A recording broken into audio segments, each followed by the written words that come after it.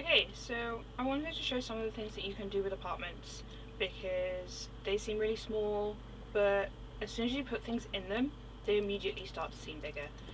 So this is the first apartment that I ever built. I don't think I've touched it in about 3 years, and I've used next to no housing tricks here because I didn't know them at the time.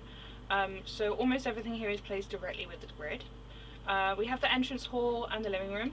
Um, every room needs a focal point, and they don't have TVs in Aylesbury yet, so we have a fish tank. We have a nice Valentine's dinner because that's how long it's been. I wanted to note about the rug that having diagonals introduced helps to add dimension to the space. I've put some more lighting in here because adding windows makes everything seem a lot more open. Back when I built this house, these were the only windows that were really available, so there's a lot more choice these days, and it's always worth checking what comes from a vendor. There's quite a few vendor windows now. I'm really pleased with all of them. The half partition helps to add some more dimension. I remember spending ages deciding how far over towards the door I wanted it. I could probably go a little bit further if I wanted to. The fact that it's on this side of the door is what's important here with regards to adding the extra space. So if I wanted the kitchen area to seem bigger, I could move it further over towards the door without taking away from the living space.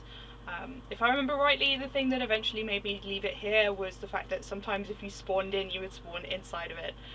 You can just run to get out of it, but it's still not classy. One more tip that's evident in this area here is putting focal points up high is always nice because it means that you feel less like you're cramped in over the character's head. But the other one is that it was due to the restrictions at the time, but I'm actually pretty happy with the fact that there's two kinds of wallpaper here. There's the more decorative wallpaper that I put on the actual walls, and there's also the wood planking on the partitions, and that helps to make the room feel bigger as well. So I would say that this space is about how big most people think apartments are in the whole, but this is slightly less than half of the floor space in the apartment itself. So if we go through to the next area, which is the bathroom, I made sure to give the tub plenty of space because the tubs in Aylesbury are pretty huge. They're more like jacuzzis, and I didn't want it to feel cramped in. I added extra window again, and the default windows are fine in this space. I always felt like the flow in this room was a little bit strange, and it's something that I would probably come back to if I was to edit this room again. The other one is that the ceiling lights are obviously fixed in position. There are things you can do with floating lamps to add additional lighting into your room, but the ceiling lamp is always going to be the brightest. So it's good to kind of plan so that your ceiling light covers more than one of your spaces. Trying to have a nexus kind of directly beneath the ceiling lamp like we have here is a good plan to have. I got loads of really good screenshots with this area. Basing your rooms around vignettes and then trying to make them flow together into a kind of a story almost, where, you know, he's come home, he has his dinner, he has a bath, and then he goes to bed. Really helps the space feel more natural and more lived in, which means that you will feel more like the apartment is a space where you want to spend time and take lots of screenshots. Finally, we have the bedroom, which is the smallest of the three rooms in this small build.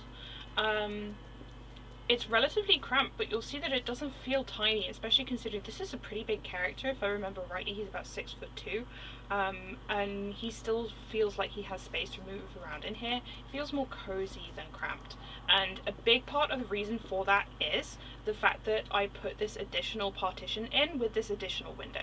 So there is a default window behind here, but the important thing here is that I used a small housing trick in order to get this window in this position on a paler background, because that makes it feel more open on this end of the room. The fact that it contrasts the darker walls in the more interior areas of the room also helps. If everything is this colour, you lose the contrast, and the contrast is important for creating an illusion of space. That's it for this apartment. I have more that I'm going to demonstrate with, but I just feel like the more ideas you have available for making these spaces feel really homely and lived in rather than just like a box that you put your housing items in, goes a really long way, and is a big part of making the most out of the housing that we have available.